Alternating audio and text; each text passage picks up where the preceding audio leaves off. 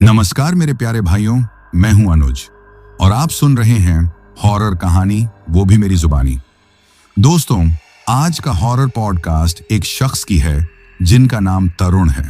तो चलिए अब यह कहानी तरुण जी के नजरिए से सुनते हैं। लेकिन उससे पहले मैं आप लोगों से कुछ बताना चाहता हूं। मैंने आप लोगों के लिए एक नया चैनल बनाया है जहां पर आप लोगों को शाम के 6:30 बजे एक से बढ़कर एक भूतिया स्टोरी सुनने को मिलेंगी। और मैंने उस पर एक वीडियो भी अपलोड किया हूं जिसका लिंक मैंने डिस्क्रिप्शन में दिया हूं। तो आप लोग इस वीडियो को देखने के बाद उस वीडियो को जरूर देखिएगा और साथ में चैनल को सब्सक्राइब करके अपना सपोर्ट जरूर दिखाइएगा। तो अब ज्यादा समय नहीं लेते हैं, चलिए कहानी की शुरुआत करते हैं। दोस्तों, मेरा नाम तरुण है और मैं दिल्ली शहर में टैक्सी चलाकर अपने परिवार का पेट पालता हूं। मैं अपनी पत्नी छवि और अपनी 2 प्यारी बेटियों के साथ दिल्ली की एक छोटी सी बस्ती में रहता हूं। मेरा परिवार ही मेरी दुनिया है, लेकिन मेरी एक बहुत ही बुरी आदत ने मेरी इस बसी बसाई दुनिया में जैसे आग लगा रखी थी। दोस्तों, मैं आपको क्या बताऊं, मैं पढ़ने लिखने में बचपन में बहुत होशियार था। मेरे घर वाले, मेरे यार दोस्त सब यही कहते थे कि तरुण, तू एक दिन बहुत बड़ा आदमी बनेगा। लेकिन किस्मत को शायद कुछ और ही मंजूर था। मैं बड़ा आदमी तो नहीं बन पाया, लेकिन एक टैक्सी ड्राइवर जरूर बन गया। और उसके साथ ही मुझे एक ऐसी लत लग गई जिसने मेरी जिंदगी को नर्क से भी बदतर बना दिया था। मुझे शराब की बहुत ही गंदी लत लग गई थी। दोस्तों, शाम होते ही मुझे शराब चाहिए होती थी और अगर मुझे शराब ना मिले तो मेरा शरीर टूटने लगता था। मैं टैक्सी चलाकर जो कुछ भी कमाता था उसका आधे से ज्यादा हिस्सा मेरी इसी शराब की लत में चला जाता था। और इसी बात को लेकर मेरा और मेरी पत्नी छवि का आए दिन झगड़ा होता रहता था। वह मुझे बहुत समझाती थी कि तरुण, ये शराब पीना छोड़ दो, ये तुम्हारे शरीर को तो खराब कर ही रहा है, साथ ही ये हमारे परिवार को भी बर्बाद कर रहा है। हमारी बच्चियों के भविष्य का सोचो। लेकिन उस वक्त शराब के नशे में मैं इतना ज्यादा अंधा हो चुका था कि मुझे उसकी कोई भी बात समझ में नहीं आती थी। और कई बार तो नशे की हालत में जब वह मुझे रोकती थी तो मैं अपना आपा खो बैठता था और मैंने कई बार उस बेचारी पर हाथ तक उठा दिया था। मैं उससे बहुत प्यार करता था दोस्तों, लेकिन यह शराब का नशा इतना बुरा होता है कि यह अच्छे अच्छे इंसान को भी एक जानवर बना देता है। और मैं भी शायद एक जानवर ही बन गया था। मुझे अपने परिवार की कोई चिंता नहीं थी, मुझे बस अपनी शराब की बोतल से मतलब था।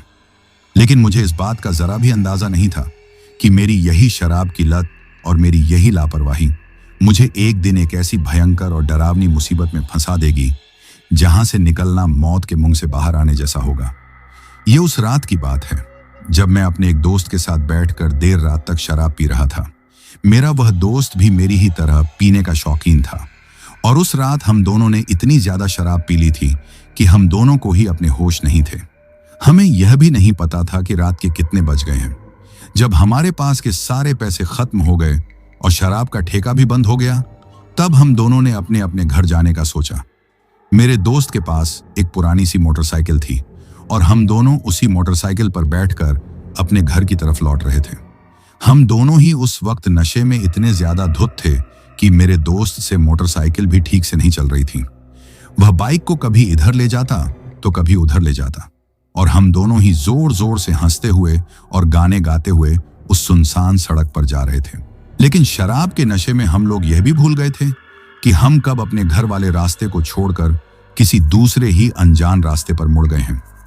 हम लोग चलते जा रहे थे और वह रास्ता खत्म होने का नाम ही नहीं ले रहा था।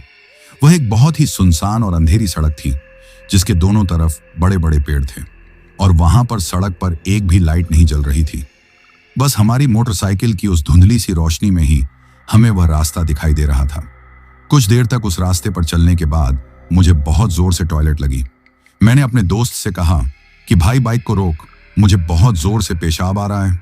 मेरे दोस्त ने मेरी यह बात सुनकर बाइक को वहीं सड़क के किनारे रोक दिया। वह जगह इतनी ज्यादा सुनसान और डरावनी थी कि वहां पर झींगुरों की आवाज के अलावा और कोई दूसरी आवाज नहीं आ रही थी।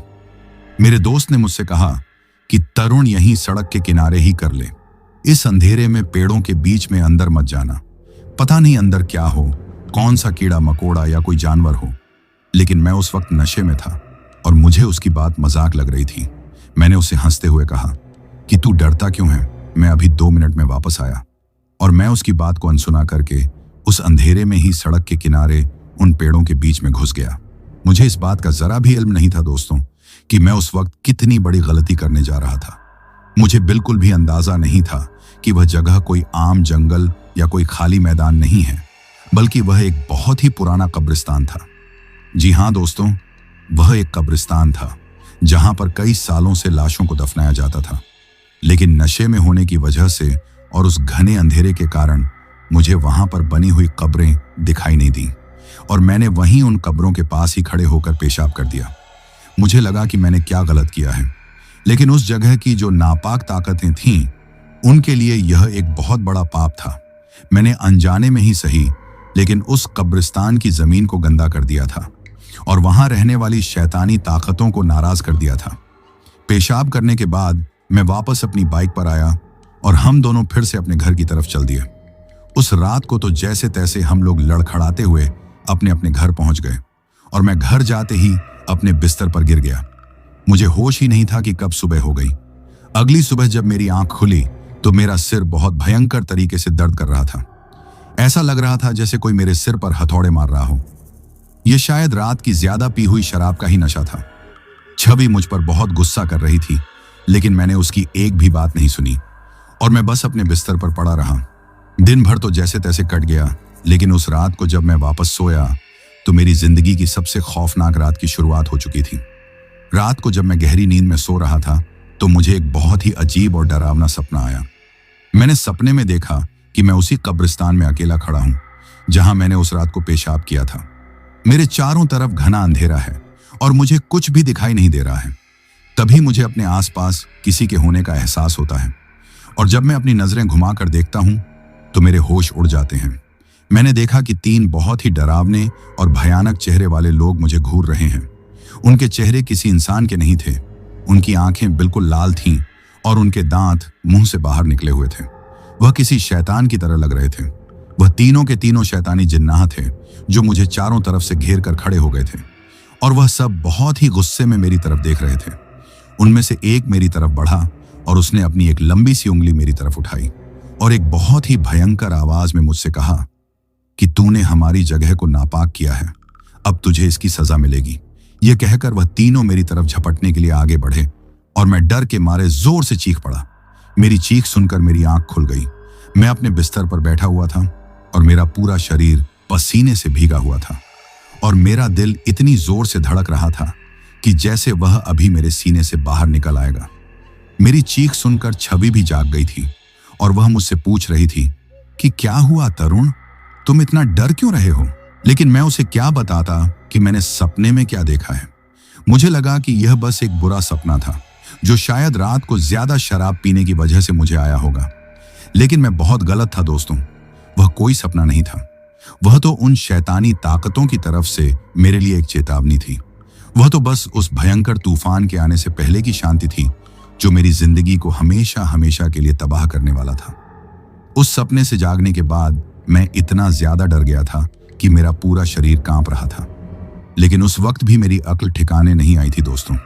मैंने सोचा कि यह बस एक बुरा सपना ही तो है जो शायद रात की ज्यादा शराब पीने की वजह से और उस सुनसान डरावने रास्ते की वजह से मेरे दिमाग ने खुद ही बना लिया होगा। मैंने अपनी पत्नी छवि को भी कुछ नहीं बताया और मैं सुबह होते ही फिर से अपनी टैक्सी लेकर काम पर निकल गया था। हालांकि उस दिन मेरा सिर का दर्द सुबह से ही बना हुआ था और मेरे दिल में एक अजीब सी बेचैनी और घबराहट हो रही थी, जैसे कि कुछ बहुत बुरा होने वाला है। लेकिन मैंने इन सब चीजों को भी अपना वहम समझकर नजरअंदाज कर दिया था। उस दिन मैंने डर के मारे थोड़ी कम शराब पी थी और शाम को जब मैं काम से वापस लौटा तो मैं अपने उसी दोस्त से मिलने गया जिसके साथ मैं उस रात को मोटरसाइकिल पर था। मैं उससे मिलना चाहता था और उसे उस रास्ते के बारे में पूछना चाहता था कि आखिर वह इतनी सुनसान और डरावनी जगह कौन सी थी। जब मैं अपने दोस्त के पास पहुंचा तो वह भी मुझे थोड़ा घबराया हुआ सा लगा। मैंने उससे उस रात के बारे में पूछा कि भाई, हम लोग कल रात को कौन से रास्ते पर भटक गए थे? वह जगह तो बड़ी डरावनी थी। मेरी यह बात सुनकर मेरे दोस्त का चेहरा जो पहले से ही थोड़ा उतरा हुआ था वह बिल्कुल पीला पड़ गया था। उसने मेरी तरफ डर भरी नजरों से देखा और कांपती हुई आवाज में मुझसे कहा कि तरुण भाई, हम लोग कल रात को बहुत बड़ी गलती कर बैठे हैं। हम लोग रास्ता भटक कर उस पुराने कब्रिस्तान वाले रास्ते पर चले गए थे। वह जो सुनसान जगह थी वह कोई खाली मैदान नहीं बल्कि वह शहर का सबसे पुराना और मनहूस कब्रिस्तान है। जब मैंने अपने दोस्त के मुंह से यह बात सुनी तो मेरे पैरों के नीचे से जैसे जमीन ही खिसक गई हो।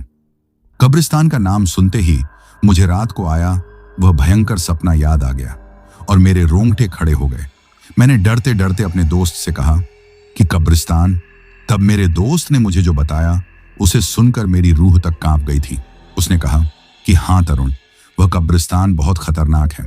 हमारे यहाँ के बड़े बुजुर्ग लोग कहते हैं कि उस कब्रिस्तान में बहुत ही शक्तिशाली और शैतानी जिन्नाहों का वास है जो उस जगह की रखवाली करते हैं, और रात के वक्त जो कोई भी उस कब्रिस्तान के पास से गुजरता है या फिर उस जगह को गंदा करने की कोशिश करता है तो वह जिन्न उसे कभी माफ नहीं करते हैं।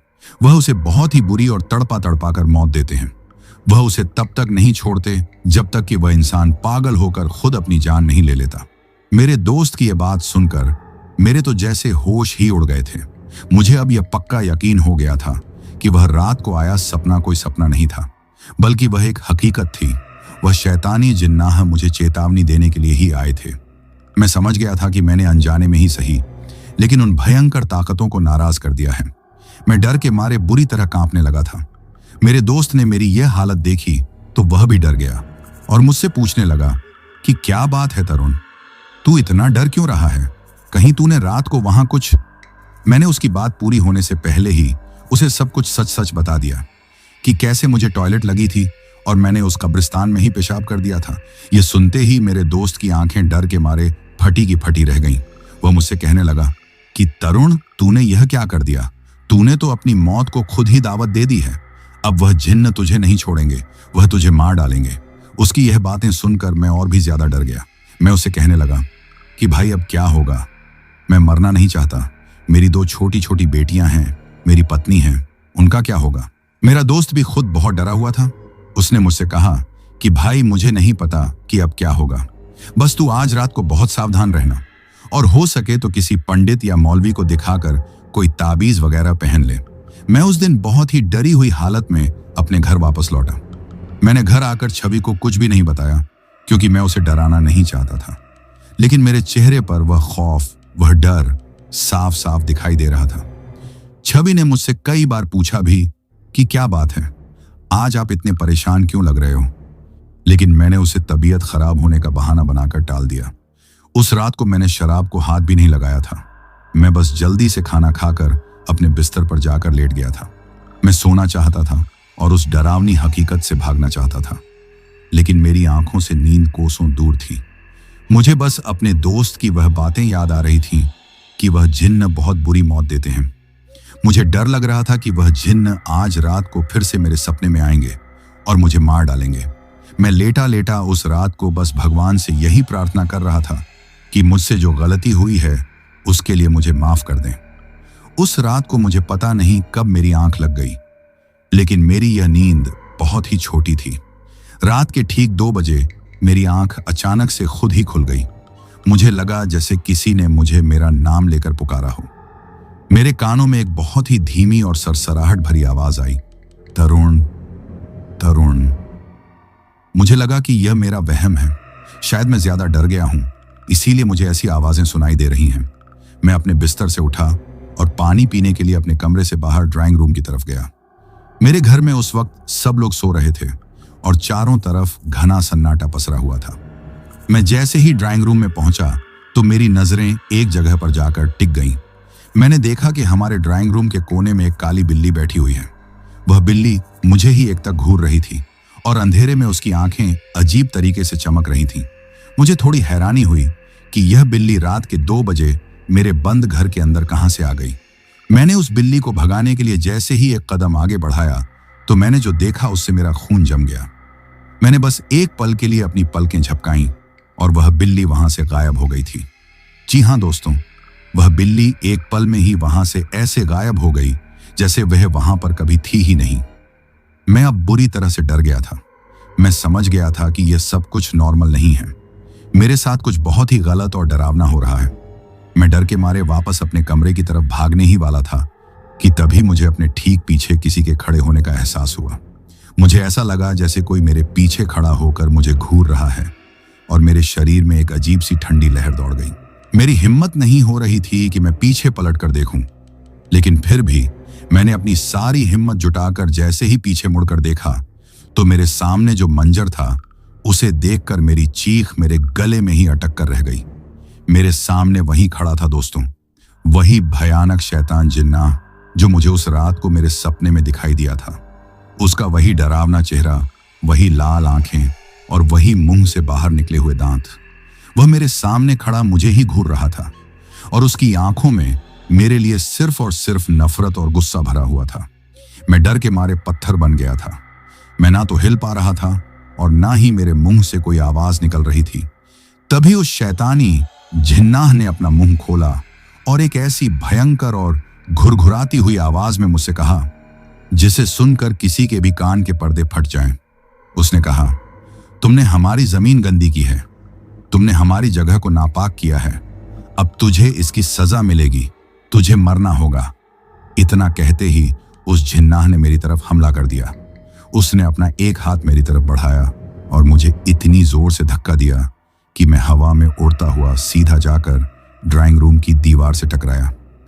मेरा सिर दीवार पर बहुत जोर से लगा था और उस धक्के की आवाज इतनी तेज थी कि वह किसी बम फटने जैसी लग रही थी।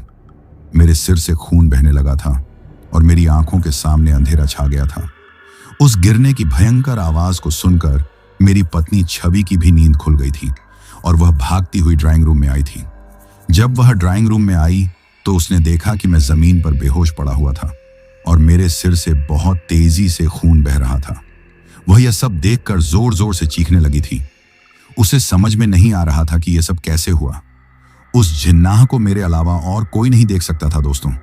छवि के लिए तो मैं बस जमीन पर पड़ा हुआ एक जख्मी शरीर था, लेकिन मैं जानता था कि यह तो बस उस भयंकर खेल की एक छोटी सी शुरुआत थी जो वह शैतानी जिन्नाह मेरे साथ खेलने वाले थे।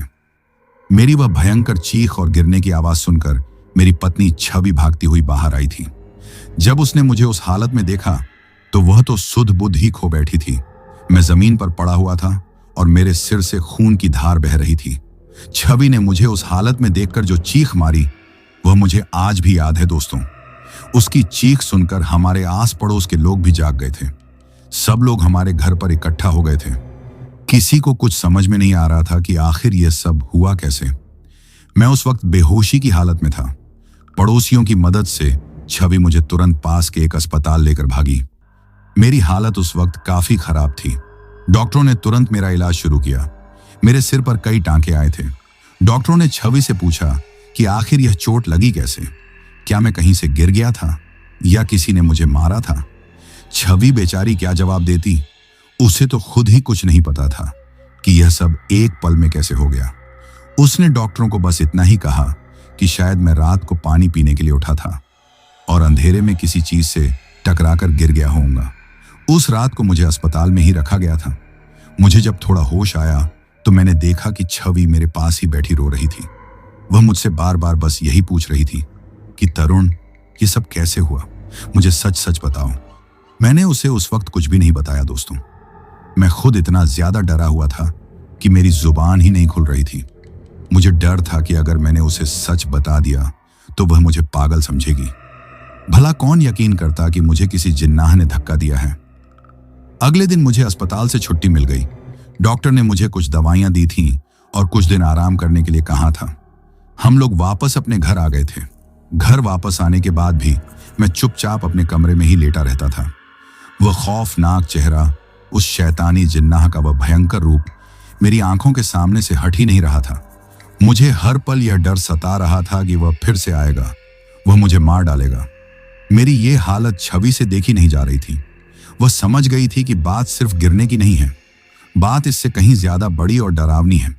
वह मेरे पास आई और उसने मेरे हाथ पकड़ लिए। उसकी आंखों में आंसू थे। उसने मुझसे कहा कि तरुण, मुझे सच बताओ, तुम मुझसे कुछ छुपा रहे हो। तुम्हारी यह हालत देखकर मेरा दिल बैठा जा रहा है।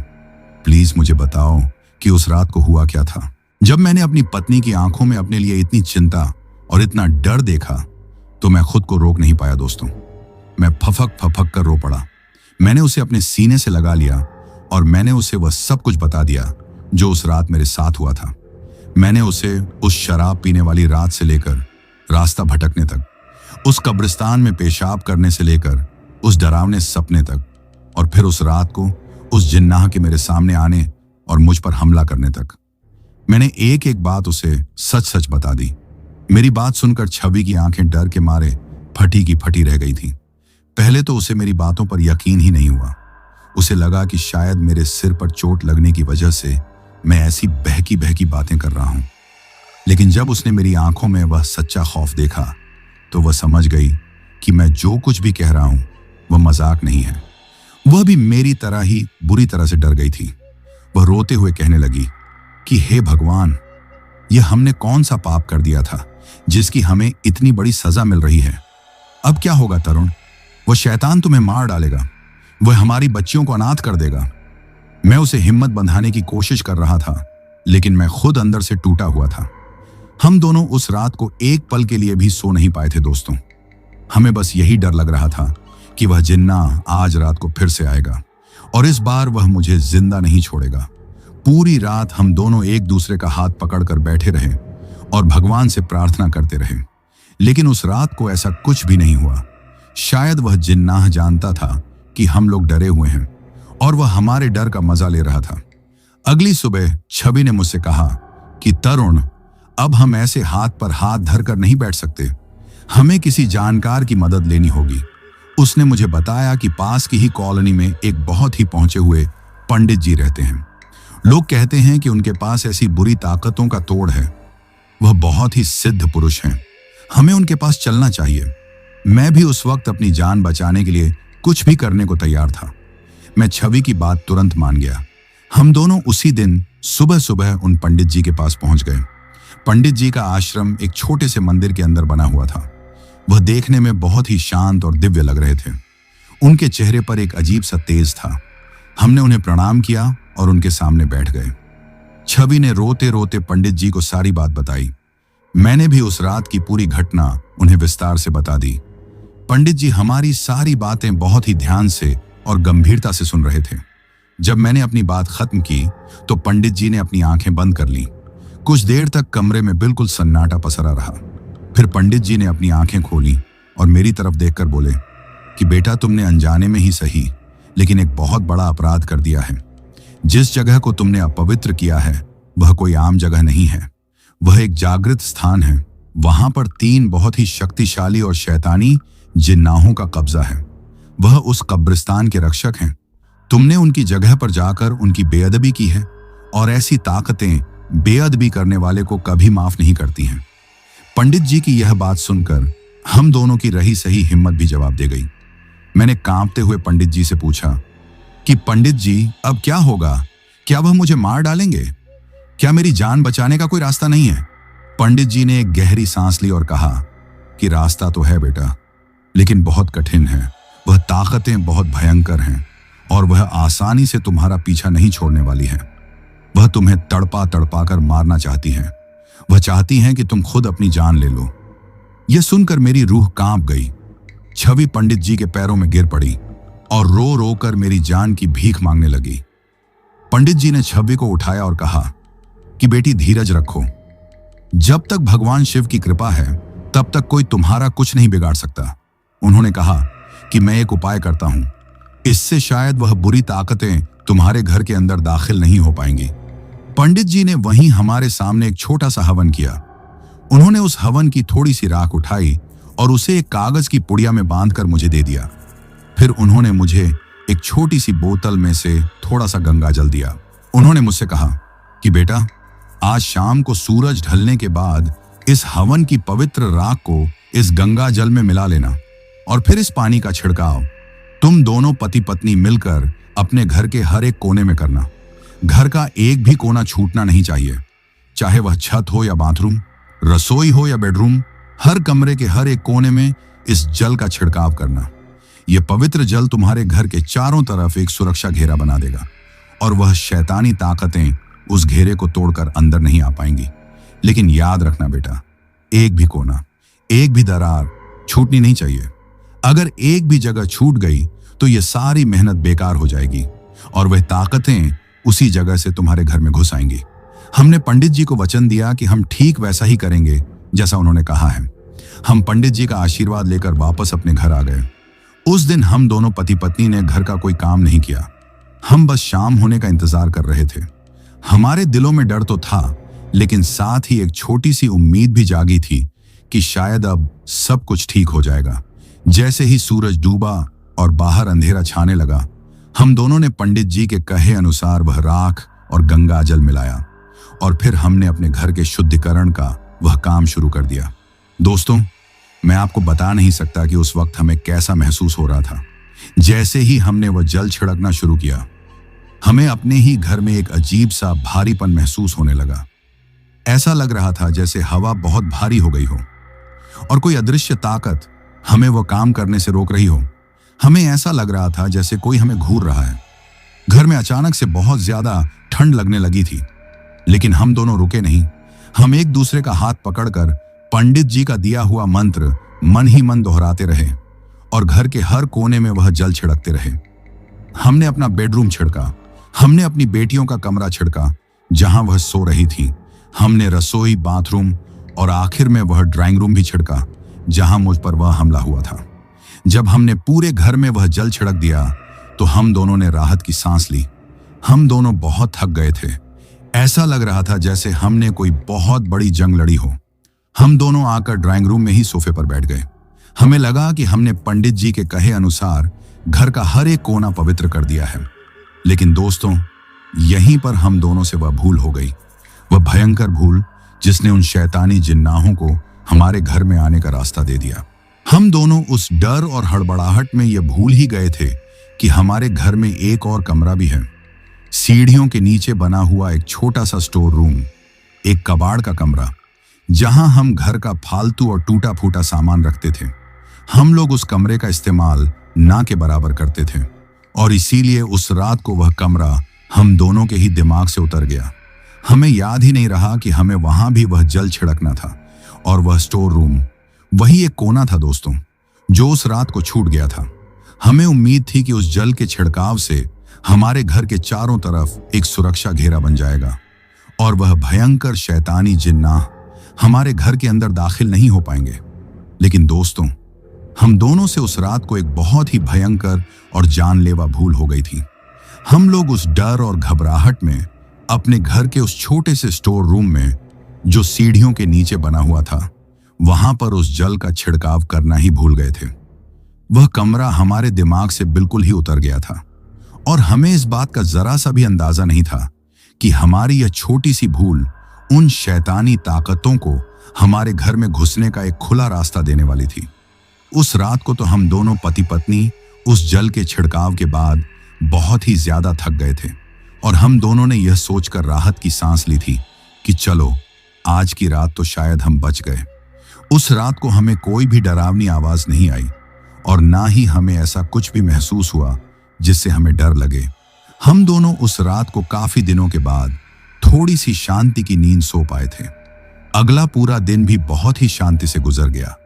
ना मुझे कोई डरावना सपना आया और ना ही मुझे उस जिन्नाह का वह भयंकर चेहरा दिखाई दिया। एक दो दिन जब इसी तरह शांति से बीत गए तो मेरे दिल से भी वह डर थोड़ा थोड़ा कम होने लगा था। मुझे लगने लगा था कि शायद पंडित जी के उस उपाय ने सच में काम कर दिया है और वह शैतानी ताकतें अब हमारा पीछा छोड़कर हमेशा के लिए जा चुकी हैं। मेरे सिर का घाव भी अब धीरे धीरे भरने लगा था।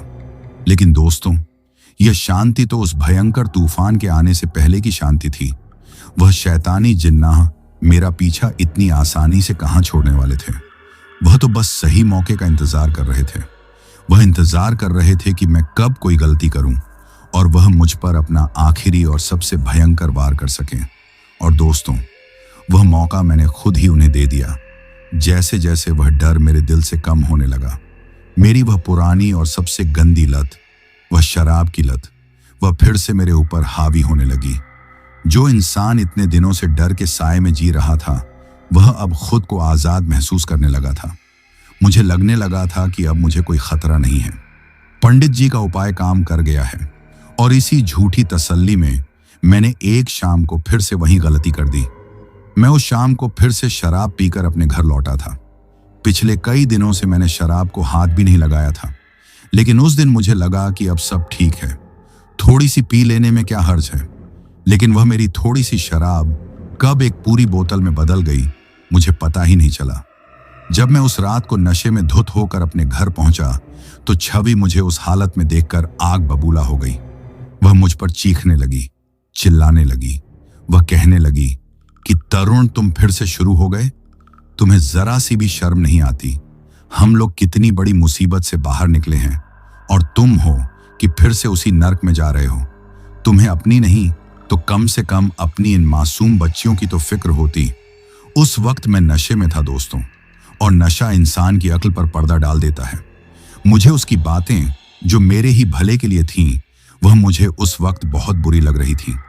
मुझे उस पर बहुत गुस्सा आ रहा था। मैं भी उस पर उल्टा चिल्लाने लगा। हम दोनों के बीच में उस रात को बहुत भयंकर झगड़ा हुआ। मैंने नशे में अपना आपा खो दिया था। मैं उसे कहने लगा कि तुम हमेशा मुझे रोकती टोकती रहती हो। मैं अपनी मर्जी का मालिक हूं। मैं जो चाहे वह करूंगा। तुम मुझे सिखाने वाली कौन होती हो? हमारी वह लड़ाई और चीख पुकार इतनी ज्यादा बढ़ गई कि हमारी दोनों बेटियां भी डर के मारे जाग गईं और रोने लगीं। लेकिन मुझे उस वक्त किसी की परवाह नहीं थी। मैंने गुस्से में छवि से कहा कि आज मैं तुम्हारे साथ इस कमरे में नहीं सोऊंगा। मैं जा रहा हूं कहीं और सोने। छवि ने रोते हुए मुझसे कहा कि हाँ चले जाओ। वैसे भी तुम्हें हमारी फिक्र ही कब थी? तुम्हें तो बस अपनी इस शराब की बोतल से मतलब है। जाओ, जाकर सो जाओ जहां तुम्हें सोना है। उसकी यह बात सुनकर मेरा गुस्सा और भी ज्यादा बढ़ गया। मैं गुस्से में अपने बेडरूम से बाहर निकल आया। मैंने सोचा कि आज मैं इस घर में किसी दूसरे कमरे में सो जाऊंगा। मैं ड्राइंग रूम में गया, लेकिन वहां मुझे नींद नहीं आती। मैं अपनी बेटियों के कमरे में गया, लेकिन वह दोनों पहले ही बहुत डरी हुई थीं और मैं उन्हें और डराना नहीं चाहता था। तभी मेरी नजर उस बंद दरवाजे पर पड़ी। वह दरवाजा हमारे स्टोर रूम का था। मैंने सोचा कि आज रात के लिए यह जगह ही ठीक है। यहां ना कोई मुझे जगाने वाला होगा और ना ही कोई मुझे टोकने वाला। मैं शांति से यहां सो सकता हूं। दोस्तों, आप देख रहे हैं कि कैसे वह शैतानी ताकतें मुझसे ही मेरी गलती करवा रही थी। वह मुझे खुद ही उस जगह पर खींच कर ले जा रही थी जहां उन्होंने मेरे लिए मौत का जाल बिछा रखा था। मैं उस वक्त नशे में इतना ज्यादा अंधा हो चुका था कि मुझे पंडित जी की वह बात याद ही नहीं रही। मुझे यह भी याद नहीं रहा कि हमने उस स्टोर रूम में वह पवित्र गंगा जल छिड़का ही नहीं था।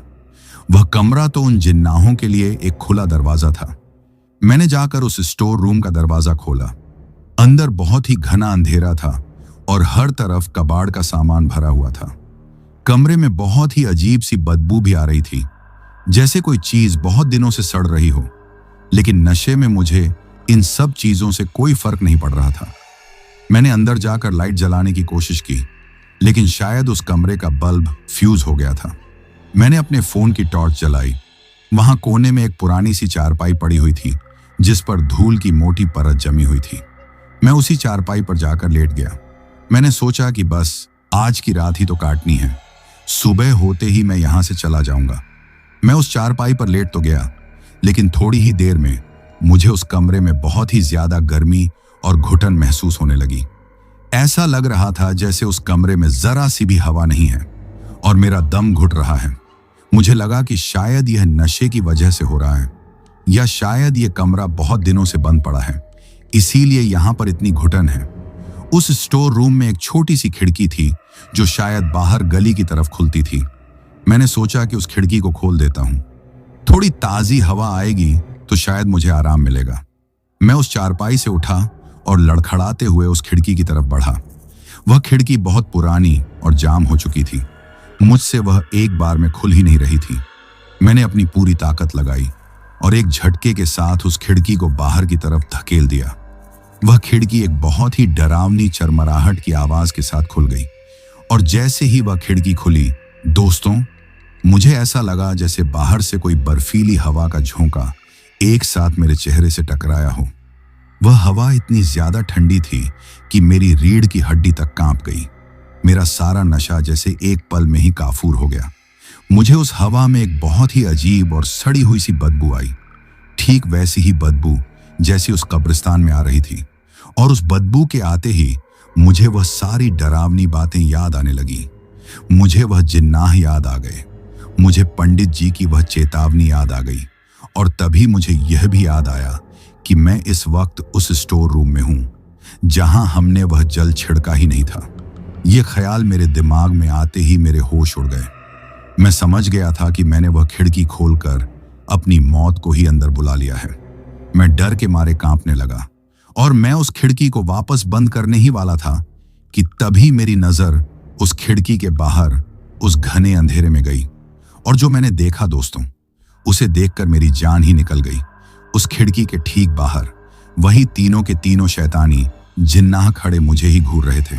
उनकी वही भयंकर लाल आंखें, वही डरावने चेहरे और उनके चेहरे पर इस बार एक बहुत ही खौफनाक मुस्कान थी, जैसे वह कह रहे हों कि आ गया तू हमारे जाल में।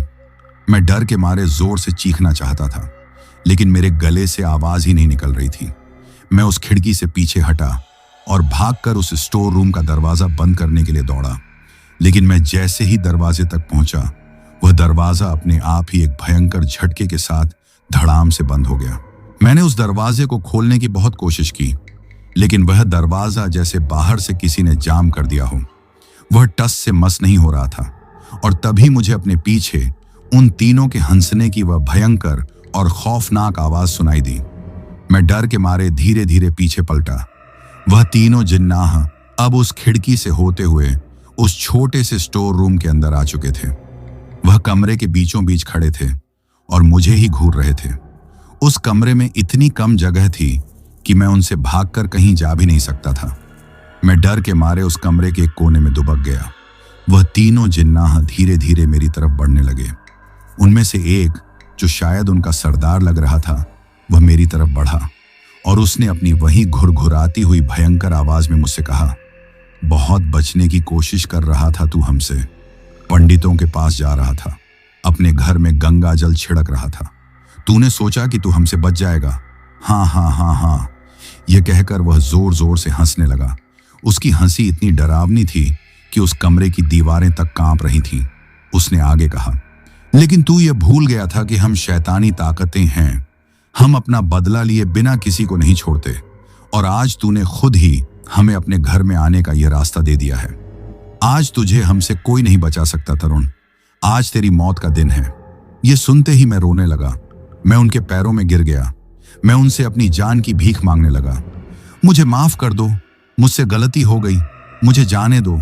मेरी छोटी छोटी बेटियां हैं, मेरी पत्नी है, उनका मेरे सिवा इस दुनिया में और कोई नहीं है। लेकिन दोस्तों, उन शैतानों को मुझ पर जरा सी भी दया नहीं आई। वह मेरी यह हालत देखकर और भी जोर जोर से हंसने लगे। वह जिन्नाह बोला, दया और हम, हाँ हाँ हाँ, हम शैतानों के दिल में दया नहीं होती और आज तूने जो किया है उसकी सजा तुझे मिलकर रहेगी। इतना कहते ही उन तीनों ने मुझ पर एक साथ हमला कर दिया। वह मेरे ऊपर टूट पड़े। दोस्तों, मैं आपको बता नहीं सकता कि वह मंजर कितना खौफनाक था। वह तीनों किसी भूखे भेड़िए की तरह मेरे शरीर को नोच रहे थे। मैं दर्द के मारे चीख रहा था, चिल्ला रहा था, लेकिन मेरी आवाज उस बंद स्टोर रूम से बाहर नहीं जा पा रही थी। तभी उनमें से एक जिन्नाह ने मेरे कंधे को अपने पंजों से जकड़ लिया और दूसरे ने मेरे सिर को पकड़कर एक तरफ घुमाया और जो तीसरा जिन्नाह था, उसने अपना वह भयंकर और सड़ा हुआ मुंह खोला और अपने उन तेज और नुकीले दांतों को मेरी गर्दन में गड़ा दिया। दोस्तों, उस वक्त मुझे जो दर्द हुआ उसे मैं बयां नहीं कर सकता। ऐसा लगा जैसे किसी ने मेरी गर्दन में एक साथ सैकड़ों जलती हुई सुइयां चुभो दी हों। मैं महसूस कर सकता था कि वह शैतान मेरी गर्दन से मेरा खून चूस रहा है। मेरी ताकत, मेरी जिंदगी, वह सब कुछ मेरे शरीर से बाहर निकल रही थी। मेरी आंखों के सामने अंधेरा छाने लगा था। मुझे लगा कि बस आज मेरा खेल खत्म हो गया, मैं अब मरने वाला हूं। लेकिन दोस्तों, वह मुझे इतनी आसानी से नहीं मारना चाहते थे। वह तो मुझे तड़पाना चाहते थे। कुछ देर तक मेरी गर्दन से खून चूसने के बाद उन्होंने मुझे छोड़ दिया। मैं अधमरी हालत में जमीन पर गिर पड़ा। मेरी गर्दन से खून बह रहा था, लेकिन मुझ में हिलने तक की ताकत नहीं बची थी। वह तीनों जिन्नाह मेरे चारों तरफ खड़े होकर मेरी यह हालत देख रहे थे और हंस रहे थे। तभी उनके सरदार ने मुझसे कहा, देखा, हमने कहा था ना, हम तुझे बहुत बुरी मौत देंगे। हम तुझे खुद अपने हाथों से नहीं मारेंगे। हम तुझे मजबूर कर देंगे कि तू खुद अपनी जान ले। तू खुद आत्महत्या करेगा तरुण। यह कहकर वह तीनों मेरी तरफ बढ़े और उन्होंने मेरे दिमाग पर जैसे कब्जा करना शुरू कर दिया। मुझे उनके सिवा और कुछ भी दिखाई नहीं दे रहा था और ना ही कुछ सुनाई दे रहा था। मेरे कानों में बस उनकी एक ही आवाज गूंज रही थी, मर जा तरुण, मर जा। तेरी जिंदगी एक बोझ है, तू अपनी पत्नी पर बोझ है, अपनी बच्चियों पर बोझ है। तेरे जीने का कोई फायदा नहीं है। मर जा, मर जाएगा तो तुझे इस दर्द से छुटकारा मिल जाएगा। मर जा तरुण। वह आवाजें मेरे दिमाग में हथौड़े की तरह बज रही थी और मैं ना चाहते हुए भी उनकी बातों को सच मानने लगा था। मुझे भी लगने लगा था कि हाँ, मेरे जीने का कोई फायदा नहीं है। मैं अपनी पत्नी को सिर्फ दुख देता हूँ, अपनी बच्चियों को डराता हूँ। मुझे मर जाना चाहिए, मुझे इस जिंदगी से आजाद हो जाना चाहिए। मैं उस वक्त जैसे किसी के वश में हो गया था। मैं उन जिन्नाहों के काबू में था। मैं धीरे धीरे उस जमीन से उठा। मेरी आंखें बिल्कुल बेजान थीं। मैं एक जिंदा लाश की तरह लग रहा था। मैं उस स्टोर रूम में रखे हुए कबाड़ के सामान में कुछ ढूंढने लगा। जैसे वह जिन्नाह मुझसे जो करवाना चाहते थे, मैं वही कर रहा था। और तभी मेरी नजर उस पुराने पंखे पर पड़ी जो उस स्टोर रूम की छत से लटका हुआ था। और वहीं पास में कबाड़ में मुझे एक पुरानी रस्सी भी पड़ी हुई दिखाई दे दी। वह रस्सी शायद मेरी पत्नी कपड़े सुखाने के लिए इस्तेमाल करती थी। मेरे कदम अपने आप ही उस रस्सी की तरफ बढ़ गए। मैंने उस रस्सी को उठाया और उन जिन्नाहों की वह आवाजें मेरे कानों में और भी तेज हो गईं। हाँ तरुण, यही है तेरी आजादी का रास्ता। बना ले इसका फंदा और लटक जा इस पंखे से। सब खत्म हो जाएगा, सारा दर्द खत्म हो जाएगा। मैंने उस रस्सी का एक फंदा बनाया। मैंने पास में पड़े एक टूटे हुए स्टूल को उस पंखे के नीचे रखा। मैं उस स्टूल पर चढ़ गया। मैंने उस रस्सी के फंदे को अपनी गर्दन में डाल दिया और रस्सी का दूसरा सिरा उस पंखे से बांध दिया। मैं उस वक्त पूरी तरह से उनके वश में था दोस्तों। मैं अपनी मौत को खुद ही गले लगाने जा रहा था। मैं बस उस स्टूल को अपने पैरों से हटाने ही वाला था कि तभी मुझे बाहर से मेरी पत्नी छवि के जोर जोर से चीखने की और दरवाजा पीटने की आवाज सुनाई दी। तरुण, दरवाजा खोलो तरुण, तुम अंदर क्या कर रहे हो? भगवान के लिए दरवाजा खोलो। तरुण, शायद उसे मेरे स्टोर रूम में जाने का पता चल गया था या शायद उसे कोई अनहोनी का अंदेशा हो गया था। वह जोर जोर से दरवाजा पीट रही थी और रो रही थी। उसकी आवाज सुनकर वह जिन्नाह जो अब तक मुझे उकसा रहे थे, वह गुस्से में आ गए। वह मुझ पर चीखने लगे, जल्दी कर तरुण, वह औरत आ गई है। इससे पहले कि वह दरवाजा तोड़ दे, तू अपना काम खत्म कर दे, मार दे खुद को, कूद जा नीचे। मैं उस स्टूल पर खड़ा कांप रहा था। एक तरफ मेरी पत्नी की आवाज थी और दूसरी तरफ उन शैतानों का हुक्म। लेकिन तभी दरवाजे पर एक बहुत ही जोर का धक्का लगा और वह दरवाजा टूटकर नीचे गिर पड़ा। छवि और हमारे कुछ पड़ोसी जो उसकी चीख सुनकर जाग गए थे, वह सब अंदर आ गए और उन्होंने जो मंजर देखा उसे देखकर उन सब की चीख निकल गई।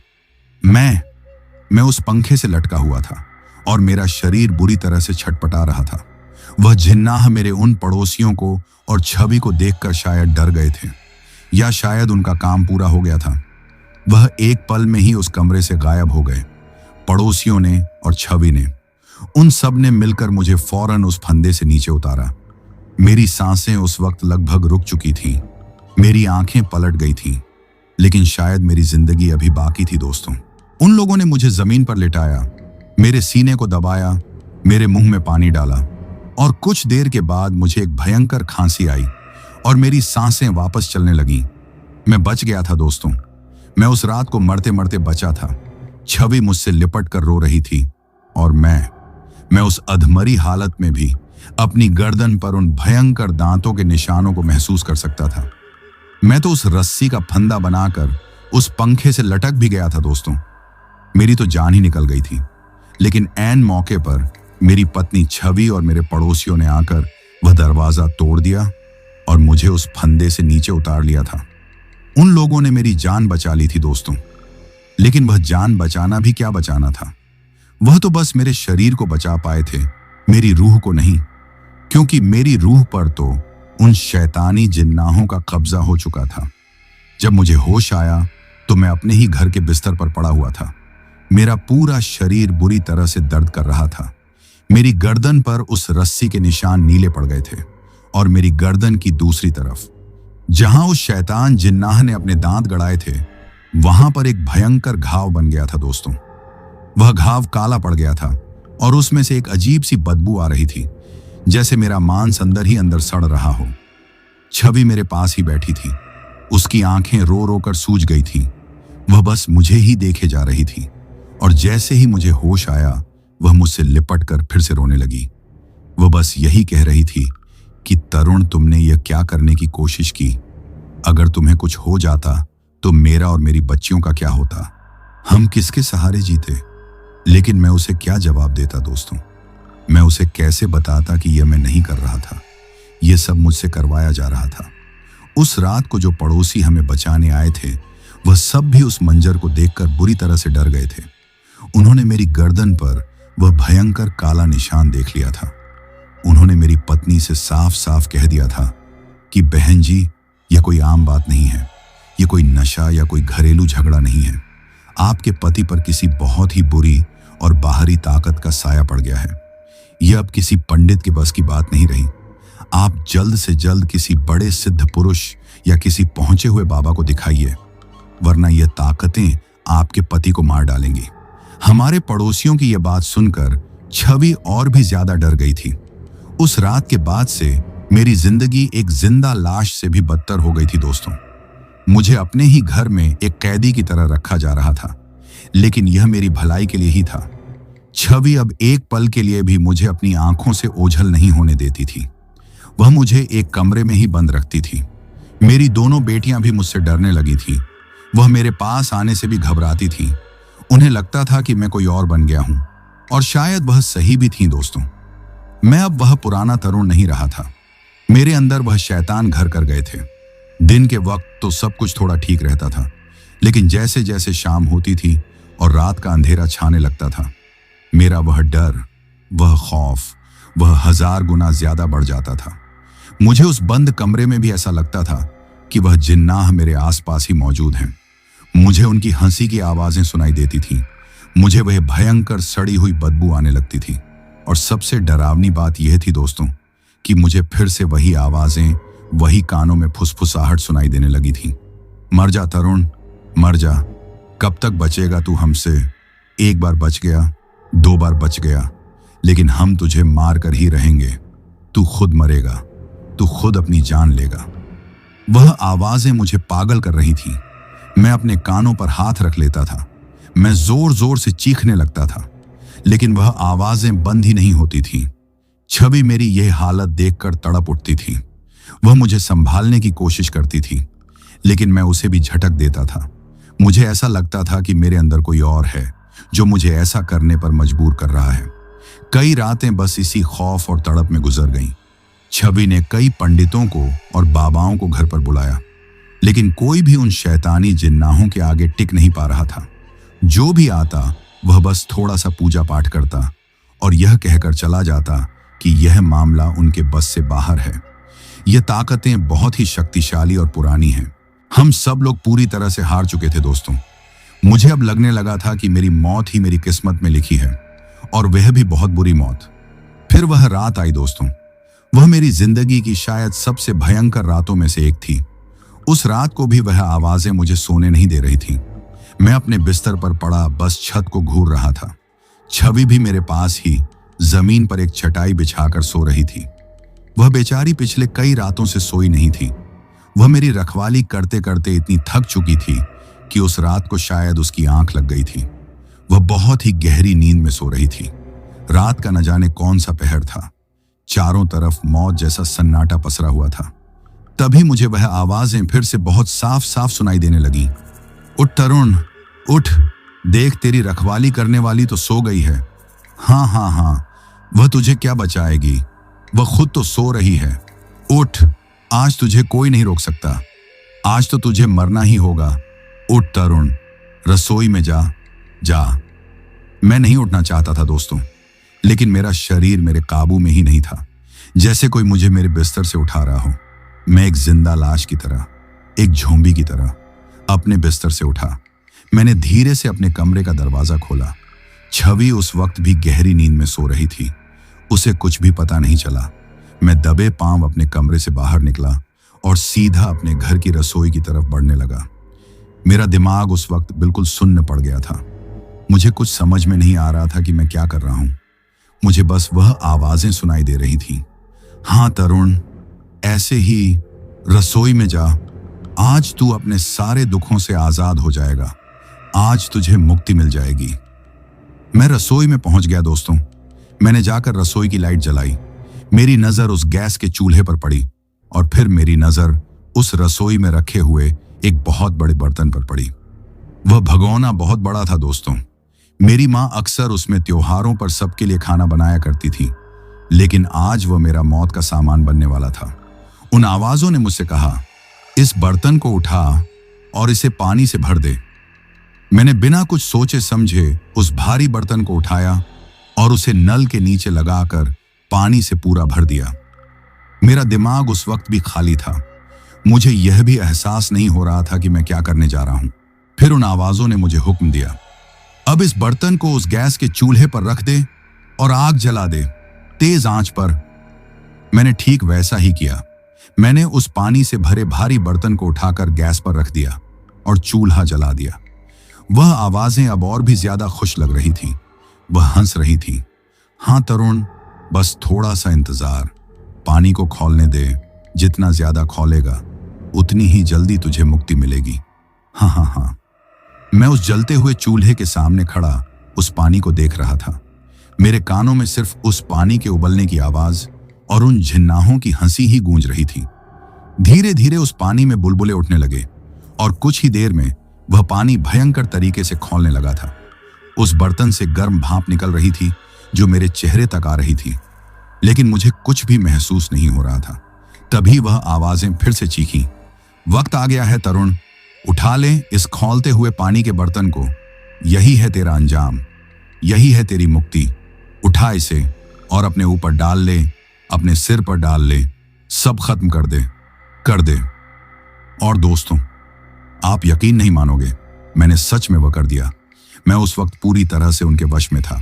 मैंने अपने दोनों हाथों से उस भयंकर खौलते हुए पानी के बर्तन को उस चूल्हे से उठाया। वह बर्तन इतना गर्म था कि मेरे हाथ जल जाने चाहिए थे, लेकिन मुझे उस वक्त ना तो कोई गर्मी महसूस हो रही थी और ना ही कोई दर्द। मैं बस एक रोबोट की तरह काम कर रहा था। मैंने उस खौलते हुए पानी के बर्तन को अपने सिर के ऊपर तक उठा लिया।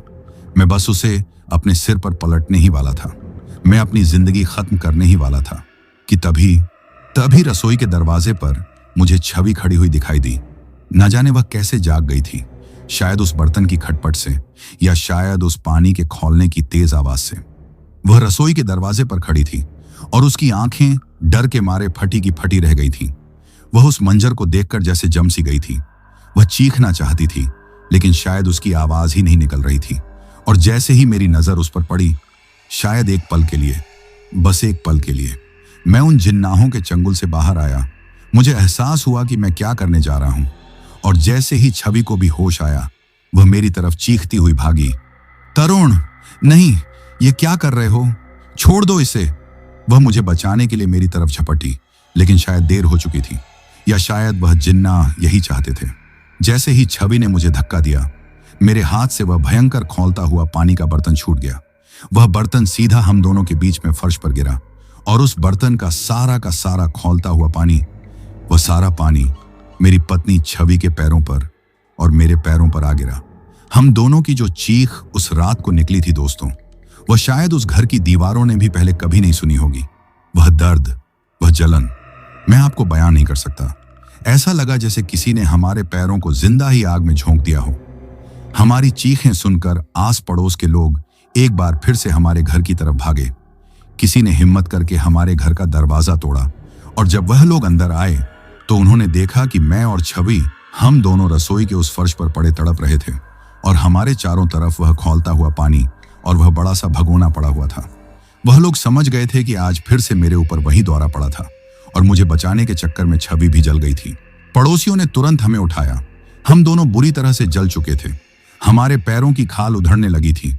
वह लोग हमें तुरंत अस्पताल लेकर भागे, लेकिन दोस्तों, अस्पताल जाने से पहले ही मेरे पड़ोसियों ने वह काम कर दिया था जो शायद मेरी जिंदगी बचाने के लिए जरूरी था। उन्होंने देखा कि मैं उस वक्त भी किसी पागल जानवर की तरह छटपटा रहा था। मैं होश में नहीं था। उन्हें डर था कि मैं अस्पताल में भी कोई हंगामा ना कर दूं या खुद को या छवि को कोई और नुकसान ना पहुंचा दूं। उन्होंने मुझे काबू में करने के लिए पास में पड़ी हुई एक रस्सी से मुझे एक कुर्सी से बहुत मजबूती से बांध दिया था। जी हाँ दोस्तों, वह मुझे एक कुर्सी से बांधकर अस्पताल लेकर गए थे।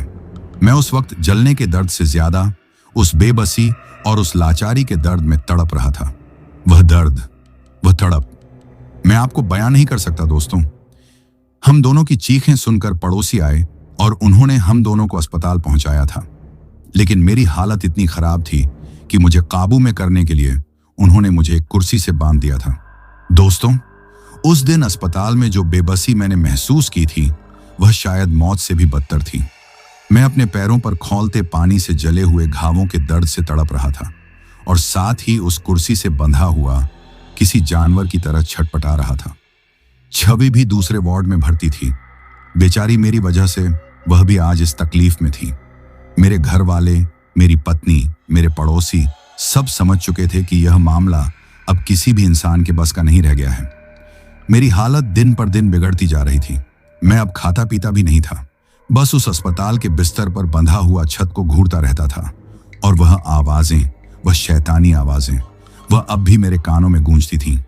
हाँ हाँ हाँ हाँ, बच गया, अपनी बीवी को भी जला दिया, तू एक मनहूस है, तू सबको मार डालेगा, मर जा, मर जा तरुण। मैं उन आवाजों से तंग आकर चीखने लगता था।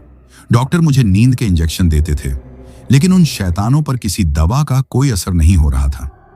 मेरी यह हालत देखकर मेरे पिताजी, जो अब तक शायद यह सब मानने को तैयार नहीं थे, वह पूरी तरह से टूट गए थे।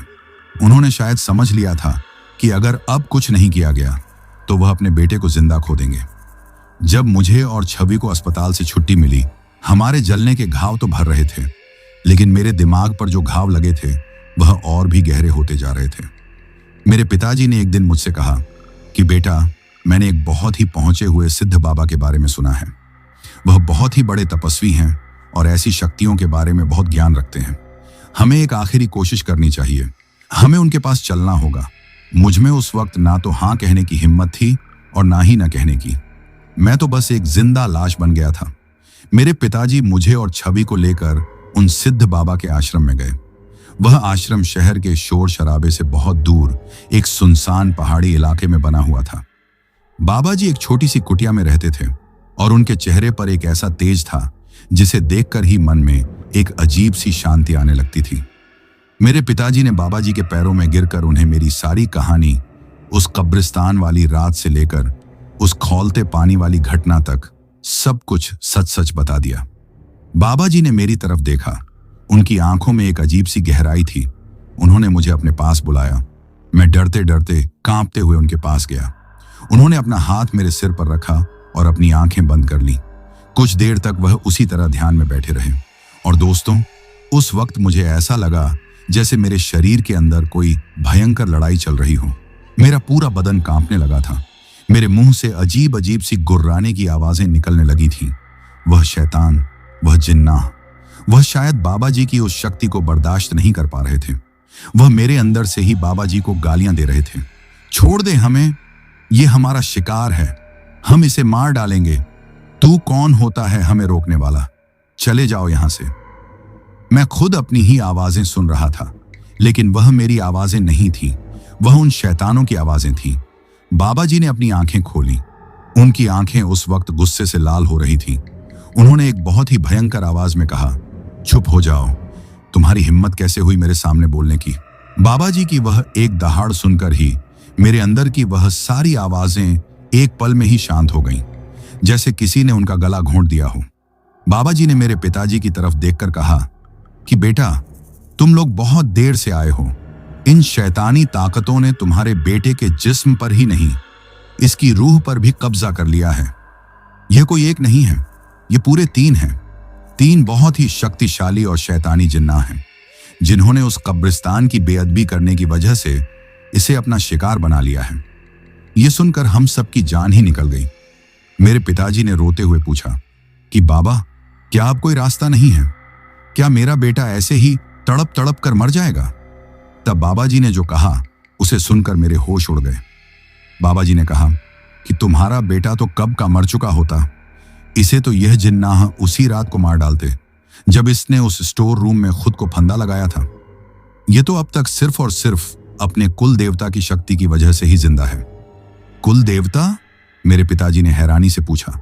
बाबा जी ने कहा, हाँ, इसके कुल देवता। वह बहुत शक्तिशाली हैं।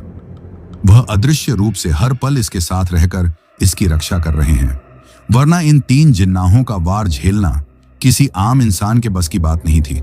वह देवता ही हैं जो इन शैतानों को इस पर पूरी तरह से हावी नहीं होने दे रहे हैं। लेकिन अब इन जिन्नाहों का गुस्सा 7वें आसमान पर है और वह कुल देवता की शक्ति को भी चुनौती दे रहे हैं। बाबा जी ने कहा कि अब एक ही रास्ता है, मुझे इन जिन्नाहों को इस लड़के के शरीर से निकालना ही होगा। बाबा जी ने वहीं पर एक बहुत बड़ा हवन कुंड तैयार करवाया। उन्होंने मुझसे जुड़ी कई चीजें मंगवाई और फिर वह उस हवन के सामने बैठकर भयंकर और शक्तिशाली मंत्रों का जाप करने लगे। दोस्तों, वह मंजर मैं कभी नहीं भूल सकता। जैसे जैसे बाबा जी के मंत्र तेज होते जा रहे थे, मेरी हालत बिगड़ती जा रही थी। मैं जमीन पर लोटपोट हो रहा था। मैं चीख रहा था, चिल्ला रहा था। वह जिन्नाह मेरे अंदर से बाहर नहीं निकलना चाहते थे। मैंने अपने ही हाथों से अपना गला घोंटने की कोशिश की। मैंने अपना सिर दीवार पर दे मारा, लेकिन मेरे पिताजी ने और वहां मौजूद बाबा जी के चेलों ने मुझे कसकर पकड़ रखा था। यह लड़ाई कई घंटों तक चलती रही दोस्तों, और फिर बाबा जी ने उस हवन कुंड में से थोड़ी सी राख उठाई और उसे सीधा मेरी आंखों में फूंक दिया। उस राख के पड़ते ही मैं इतनी जोर से चीखा जैसे मेरे शरीर में किसी ने आग लगा दी हो। मेरे अंदर से वह तीनों शैतानी आवाजें एक साथ चीखीं और फिर मेरा शरीर बिल्कुल ढीला पड़ गया और मैं वहीं बेहोश होकर गिर पड़ा। जब मुझे होश आया तो मैं उसी कुटिया में लेटा हुआ था। मेरे सिर पर बाबा जी ने हाथ रखा हुआ था। मुझे कई महीनों के बाद पहली बार इतना हल्का और इतना शांत महसूस हो रहा था। मेरे कानों में अब कोई आवाज नहीं आ रही थी, कोई बदबू नहीं आ रही थी। मेरे पिताजी और छवि पास ही बैठे खुशी से रो रहे थे। बाबा जी ने मुस्कुराते हुए कहा कि बेटा, भगवान ने तुम्हारी सुन ली। वह तीनों शैतान, वह जिन्नाह, वह तुम्हारे शरीर को छोड़कर भाग गए हैं। मैंने उन्हें इन मंत्रों से बांधकर वापस उसी कब्रिस्तान की जमीन में दफन कर दिया है। यह सुनकर हम सब की खुशी का ठिकाना नहीं रहा। हम सब बाबा जी के पैरों में गिर पड़े। लेकिन तभी बाबा जी ने हमें एक और चेतावनी दी। उन्होंने कहा, मैंने उन्हें अभी के लिए तो भगा दिया है, लेकिन वह शैतान है। वह अपनी हार इतनी आसानी से नहीं मानेंगे। वह अब इस आश्रम की सीमा के अंदर तो नहीं आ सकते और ना ही तुम्हारे घर के अंदर, क्योंकि मैंने उसे भी सिद्ध कर दिया है। लेकिन वह एक बार, बस एक आखिरी बार तुम पर हमला करने की कोशिश जरूर करेंगे। वह तुम्हें रास्ते में या कहीं बाहर अकेला पाकर तुम पर अपना आखिरी वार करेंगे। अगर तुम उस आखिरी हमले से बच गए तो फिर वह तुम्हें कभी परेशान नहीं कर पाएंगे। लेकिन अगर तुम उस हमले में डर गए या उनके काबू में आ गए तो मेरी यह सारी मेहनत बेकार हो जाएगी और फिर तुम्हें दुनिया की कोई ताकत नहीं बचा सकती। इसलिए बहुत सावधान रहना बेटा, बहुत ही ज्यादा सावधान। हम बाबा जी का आशीर्वाद लेकर उस आश्रम से वापस अपने घर के लिए निकले। मेरे दिल में खुशी तो थी, लेकिन साथ ही बाबा जी की उस चेतावनी का एक अनजाना सा डर भी था। हम लोग उस पहाड़ी इलाके से नीचे उतरे और अपने घर जाने के लिए एक बस में बैठ गए। मैं, मेरे पिताजी और छवि, हम तीनों साथ थे। मैं बस की खिड़की वाली सीट पर बैठा था और बाहर के नज़ारों को देखने की कोशिश कर रहा था। मैं उस ताज़ी हवा को महसूस करना चाहता था। बस अपनी रफ्तार से चल रही थी और मैं धीरे धीरे उस सारे खौफ को भूलने की कोशिश कर रहा था। तभी मुझे अपने चेहरे पर किसी के सिगरेट का धुआं महसूस हुआ। मैंने मुड़कर देखा, बस में तो कोई भी सिगरेट नहीं पी रहा था। मुझे लगा ये मेरा वहम होगा। मैं फिर से बाहर देखने लगा, लेकिन कुछ ही देर बाद मुझे फिर से वही धुआं और इस बार एक हल्की सी हंसी की आवाज सुनाई दी। मैंने घबराकर फिर से बस में नजर दौड़ाई। तभी मेरी नजर मुझसे 2 सीट आगे बैठे एक आदमी पर पड़ी। वह आदमी मेरी तरफ ही देख रहा था और अजीब तरह से मुस्कुरा रहा था। उसने अपने होठों पर उंगली रखी जैसे वह मुझे चुप रहने का इशारा कर रहा हो, और फिर उसने अपनी जेब से एक सिगरेट निकाली और उसे जलाकर उसका सारा धुआं मेरी तरफ फूंक दिया। वह आदमी,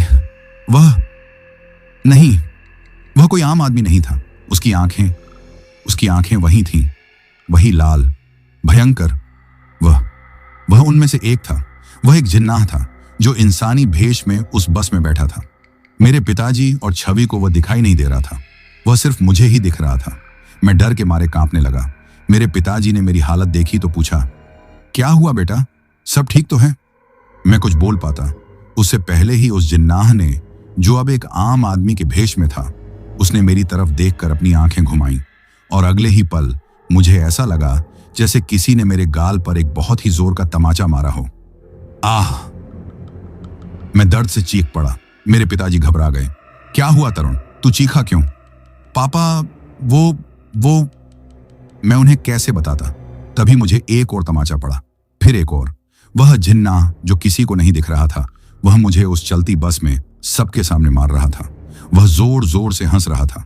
हाँ, मार डालेंगे तुझे, कहाँ था ना आखिरी हमला, कोई नहीं बचाएगा तुझे, मर जा।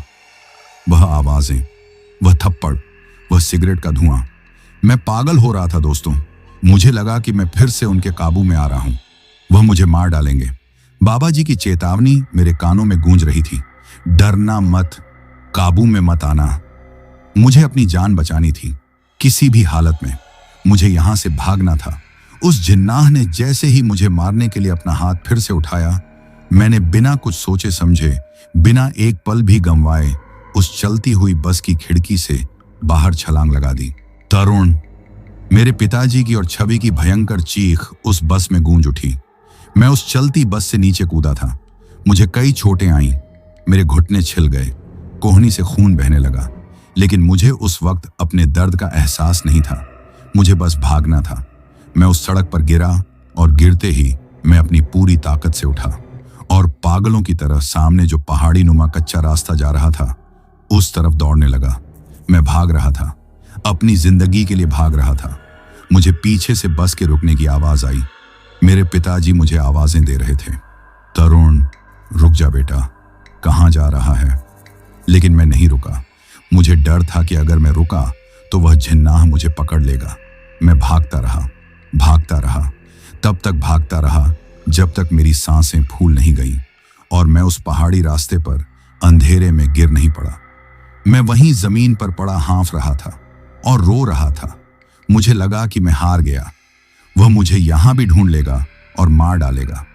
मैं वहीं पड़ा अपनी मौत का इंतजार कर रहा था कि तभी मुझे उस घने अंधेरे में एक रोशनी दिखाई दी और एक बहुत ही शांत और बूढ़ी आवाज सुनाई दी, डर मत बेटा, अब तू सुरक्षित है, वह तेरा कुछ नहीं बिगाड़ सकते। मैंने डरते डरते अपनी आंखें खोली। मैंने देखा कि उस पहाड़ी पर एक छोटी सी कुटिया थी और उस कुटिया के बाहर एक बहुत ही बुजुर्ग बाबा, सफेद दाढ़ी वाले, जिनके चेहरे पर हजारों झुर्रियां थीं, लेकिन उनकी आंखों में एक गजब की शांति थी। वह एक लालटेन लिए खड़े थे और मुझे देखकर मुस्कुरा रहे थे। मैं हैरान था कि इस वीरान पहाड़ी पर रात के इस वक्त ये बाबा कहां से आ गए। उन बाबा ने मेरा हाथ पकड़ा और मुझे सहारा देकर उठाया। आजा बेटा, अंदर आजा, तू बहुत डर गया है, थोड़ा पानी पी ले। मैं उस वक्त एक बच्चे की तरह उनके पीछे पीछे उनकी कुटिया में चला गया। उन्होंने मुझे पीने के लिए पानी दिया और मेरे घावों पर कोई जड़ी बूटी का लेप लगाया, जिससे मेरा दर्द तुरंत ही गायब हो गया। मैं उस रात को उस अजनबी बाबा की कुटिया में जमीन पर ही सो गया। और दोस्तों, आप यकीन नहीं मानोगे, मुझे कई महीनों के बाद उस रात को जो नींद आई, वैसी सुकून की नींद मुझे आज तक नहीं आई थी। मुझे कोई डर नहीं लगा, कोई डरावना सपना नहीं आया, जैसे मैं किसी बहुत ही महफूज, किसी बहुत ही पवित्र जगह पर आ गया हूं। जब सुबह मेरी आंख खुली तो उन बाबा ने मुझे नहाने के लिए गर्म पानी दिया और मुझे पहनने के लिए नए साफ सुथरे कपड़े दिए, क्योंकि मेरे कपड़े तो कल रात को कूदने की वजह से फट गए थे और खून से सन गए थे। उन्होंने मुझे खाने के लिए फल दिए और फिर उन्होंने मेरी जेब में कुछ पैसे रखे। उन्होंने मुझसे कहा, जा बेटा, अब घर लौट जा, तेरे घर वाले तेरा इंतजार कर रहे होंगे। और हाँ, अब डरना मत, वह तेरा पीछा छोड़ चुके हैं हमेशा के लिए। मैंने उन बाबा के पैर छुए, मेरी आंखों में आंसू थे। मैं उनसे उनका नाम पूछना चाहता था, उनका पता पूछना चाहता था, लेकिन उन्होंने बस मुस्कुरा दिया। मैं उन बाबा का आशीर्वाद लेकर उस पहाड़ी से नीचे उतरा और वहां से एक दूसरी बस पकड़कर अपने घर वापस लौट आया। जब मैं घर पहुंचा तो मेरे पिताजी और छवि ने मुझे देखा तो उनकी जान में जान आई। वह रात भर मुझे उस जंगल में ढूंढते रहे थे। मैंने उन्हें उस बुजुर्ग बाबा के बारे में सब कुछ बताया कि कैसे उन्होंने रात को मेरी जान बचाई और मेरी देखभाल की। मेरे पिताजी यह सुनकर बहुत भावुक हो गए। उन्होंने कहा कि हमें उस बाबा का धन्यवाद करने जरूर जाना चाहिए, वह तो कोई देवता के समान है। अगले दिन मेरे पिताजी मुझे साथ लेकर उसी पहाड़ी वाली जगह पर गए जहां मैं उस बाबा से मिला था। हम उस रास्ते को ढूंढते रहे जहां से मैं भागा था, लेकिन दोस्तों हम सब हैरान रह गए। हमें उस पूरी पहाड़ी पर ना तो वह कुटिया मिली और ना ही वह बुजुर्ग बाबा। वहां पर दूर दूर तक कुछ भी नहीं था, बस बंजर जमीन और झाड़ियां थीं। ऐसा लग रहा था जैसे उस जगह पर कभी कोई रहता ही नहीं था। हम दोनों बाप बेटे बहुत हैरान थे कि आखिर वह बाबा कौन थे और वह कुटिया कहां गायब हो गई। हम लोग निराश होकर वापस घर लौट आए। जब हम घर पहुंचे तो मेरे पिताजी ने यह सारी बात मेरी मां को बताई। मेरी मां, जो अब तक यह सारा तमाशा चुपचाप देख रही थी, वह यह सब सुनकर मुस्कुरा दी।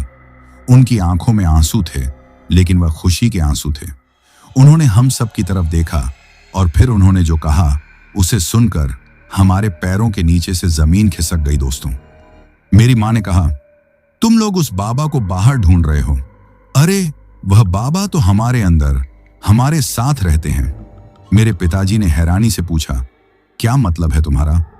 तब मेरी मां ने हाथ जोड़कर अपने घर के मंदिर की तरफ देखा और कहा, वह कोई साधारण बाबा नहीं थे जिन्होंने कल रात को मेरे बेटे की जान बचाई।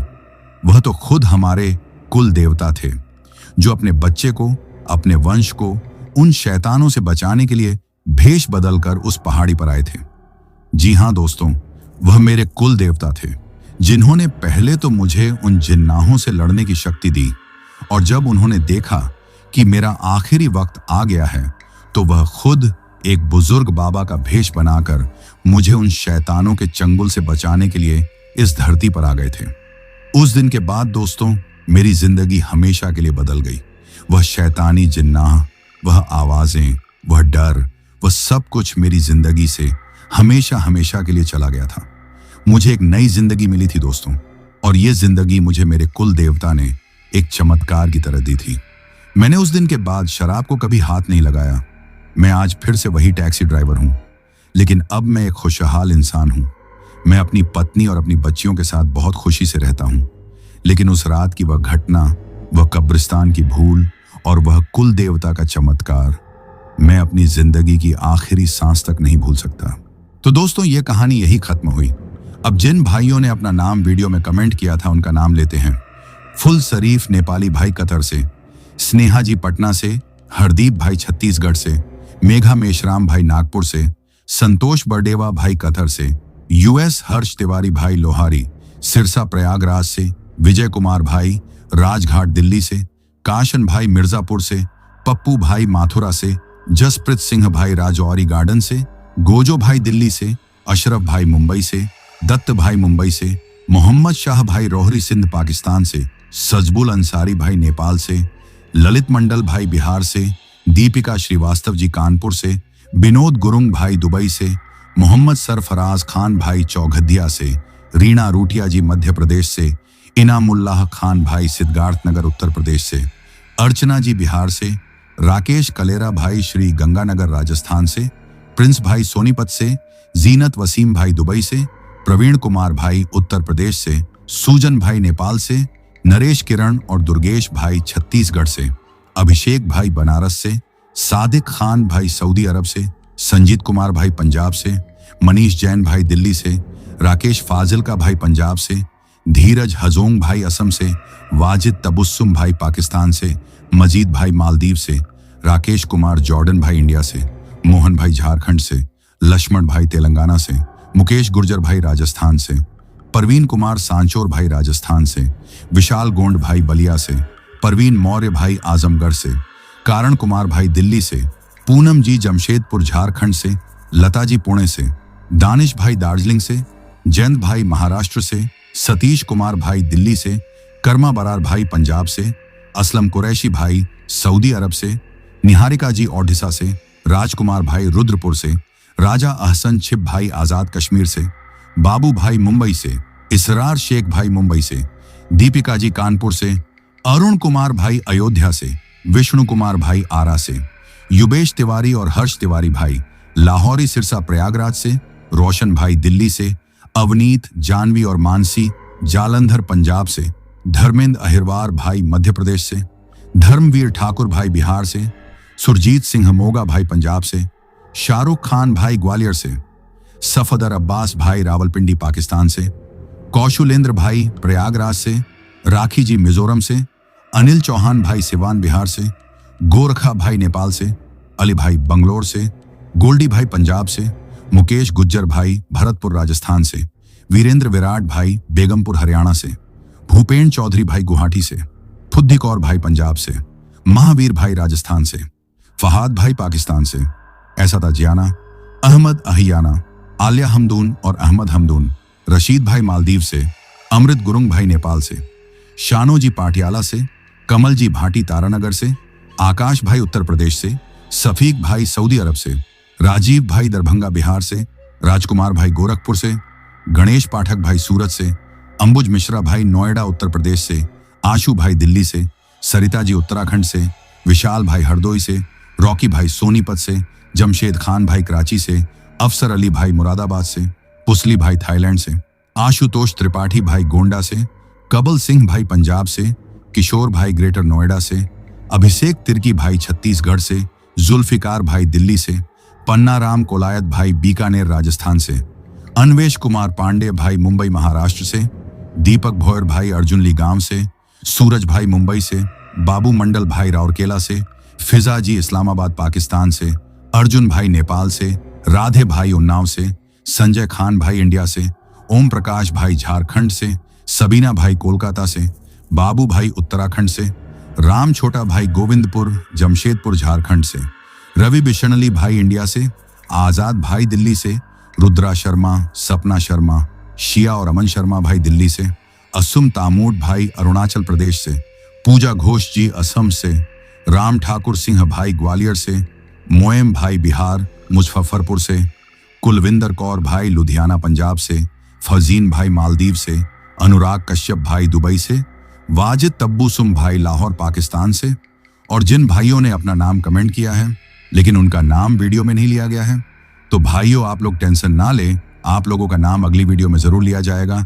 और अगर आप लोग भी चाहते हैं कि आपका नाम वीडियो में लिया जाए तो अपना नाम और अपने शहर का नाम वीडियो में कमेंट करें। अगर आपको यह कहानी पसंद आई हो तो वीडियो को लाइक और चैनल को सब्सक्राइब करें ताकि और भी डरावनी कहानियां आप तक पहुंच सकें। कहानी को अंत तक सुनने के लिए दिल से धन्यवाद दोस्तों। आज के लिए बस इतना ही, मिलते हैं जल्द ही कुछ नई कहानियों के साथ। तब तक के लिए अपना ध्यान रखिए।